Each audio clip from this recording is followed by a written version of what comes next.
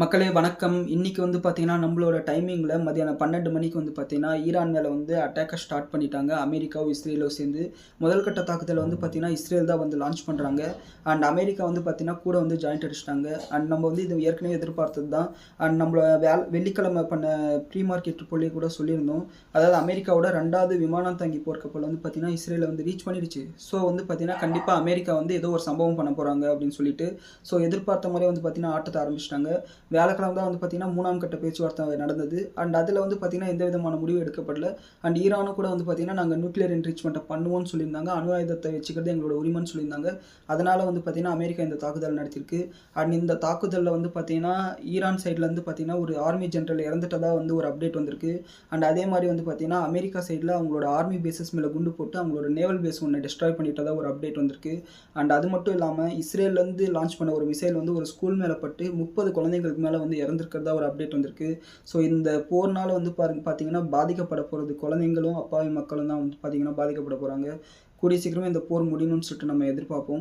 And இது வந்து பார்த்தீங்கன்னா மார்க்கெட் மேல கண்டிப்பா ஒரு நெகட்டிவான இம்பாக்ட் தான் குடுக்க போகுது. அண்ட் மண்டே வந்து நம்மளோட மார்க்கெட் வந்து 1%லேருந்து 2% வரை கேப் டவுன் ஆகிறதுக்கு வாய்ப்பு இருக்கு.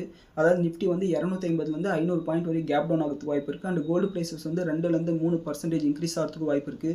அண்ட் மண்டே வந்து கண்டிப்பா உங்களோட எல்லார் போர்ட்ஃபோலியோ வந்து பார்த்தீங்கன்னா பயங்கரமா வந்து ப்ளீட் ஆக போகுது. பயங்கர நெகட்டிவா காமிக்க போகுது. ஸோ யாரும் பேனிக் ஆக வேணாம். இந்த மாரி சிச்சுவேஷன் வந்து பார்த்தீங்கன்னா வருஷத்துக்கு 2, 3 சிச்சுவேஷன் வந்துகிட்டே தான் இருக்கும். ஏதோ ஒரு காரணத்துக்காக நம்மளோட மார்க்கெட் வந்து விழுந்துட்டு தான் இருக்கும். ஸோ இது வந்து பார்த்தீங்கன்னா ஒரு பையிங் ஆப்பர்ச்சுனிட்டியா பாருங்க. ஃபண்டமெண்டலா ஸ்ட்ராங்கா இருக்கிற கம்பெனில ஒரு ஷேரா 2 ஷேரா வந்து வாங்கிட்டுருங்க. அண்ட் இந்த மாரி சிச்சுவேஷன் வந்து பார்த்தீங்கன்னா சீக்கிரமாவே ஒரு வாரமோ இல்ல 2 வாரத்தில சரியாயிடும். அதுக்கப்புறம் வந்து பார்த்தீங்கன்னா இந்த லெவல்ஸ்ல வந்து பார்த்தீங்கன்னா மார்க்கெட் மறுபடியும் நம்மளுக்கு கிடைக்காது. ஸோ இதுதான் வந்து பார்த்தீங்கன்னா நான் உங்களுக்கு அப்டேட் பண்ணணும்னு நினைச்சேன். யூசுவலா வந்து பார்த்தீங்கன்னா நம்ம சனிக்கிழமை வந்து ஆன்சர் த ஃபாலோயிங் வீடியோ தான் வந்து போஸ்ட் பண்ணுவோம். அண்ட் இன்னைக்கு இந்த மாரி ஒரு ஈவென்ட் நடந்ததுனால அதை வந்து ஸ்டடி பண்ண வேண்டியது இருக்கு. ஸோ நாளைக்கு வந்து பார்த்தீங்கன்னா வீக்லி வீடியோ, அதாவது அடுத்த வாரம் என்னென்ன நடக்குன்ற வீடியோ வந்து நம்ம போஸ்ட் பண்ண போறோம். ஸோ அந்த வீடியோவில் வந்து பார்த்தீங்கன்னா உங்களுக்கு டீட்டெயிலாக வந்து பார்த்தீங்கன்னா இந்த எல்லா இன்ஃபர்மேஷனும் வந்து கன்வே பண்ணுறேன். அண்ட் இந்த வாரம் வந்த கமெண்ட்ஸ்க்கான ரிப்ளை வந்து பார்த்தீங்கன்னா நம்ம ஷார்ட்ஸ் ஃபார்மில் வந்து கொடுத்துடலாம். அண்ட் இதுதான் வந்து பார்த்தீங்கன்னா அப்டேட் பண்ணணும்னு நினச்சேன். அண்ட் மண்டே வந்து பார்த்தீங்கன்னா கொஞ்சம் பேஷன்ஸாக இருங்க. யாரும் அவசரப்பட்டு எந்த முடிவும் எடுக்காதீங்க. கூடிய சீக்கிரமே இந்த போர் முடியணும்னு நம்ம எல்லாரும் வேண்டிப்போம். அப்பாவி மக்களுக்கு எந்த பாதிப்போ வரக்கூடாதுன்னு சொல்லிட்டு நம்ம வேண்டிப்போம். அண்ட் நன்றி, வணக்கம்.